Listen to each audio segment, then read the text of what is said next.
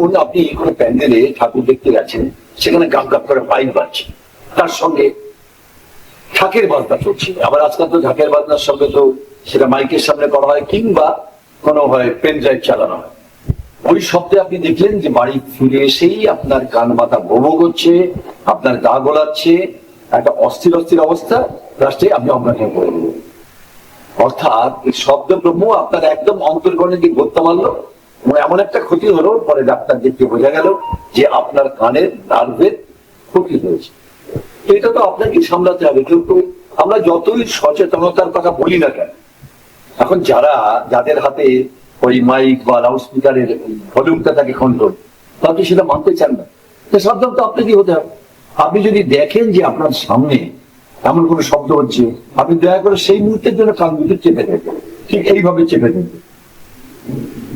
যদি বাড়াবাড়ি অবস্থায় কানে ইয়ার প্লাগ ব্যবহার করতে পারেন, আপনার যে হেডফোন গুলো আছে, সস্তার হেডফোন পাওয়া যায়, ওই দড়ি দুটো ছিঁড়ে দেবেন, যে মাথার গুঁজে দুটো এখানে দোকানে খুঁজে দেবেন, একটু কষ্ট করে কথাই সারাক্ষণ তো দরকার নেই। আপনি এবার রাস্তা দিয়ে হাঁটছেন, দেখছেন এখানে কোনো মাইকের উপদ্র, কিন্তু আপনি এমন একটা জায়গায়, ধরুন আপনি দক্ষিণ কলকাতায় রাজবাড়িতে ঠাকুর সিদ্ধারা বা কোনো জায়গায় আপনি ঢুকছেন, সেখানে আপনি আটকে গেলেন, আপনার লাইনে করছেন, আপনার হয়তো আধ ঘন্টা করে দাঁড়িয়ে থাকতে হচ্ছে, তার সঙ্গে গান করে মাইক বাজছে। এগুলো কিন্তু ভয়ঙ্কর। সবসময় যে তাৎক্ষণিক কোনো প্রতিক্রিয়া ঘটবে তার কোনো মানে নেই, পরবর্তী কালেও ঘটবে।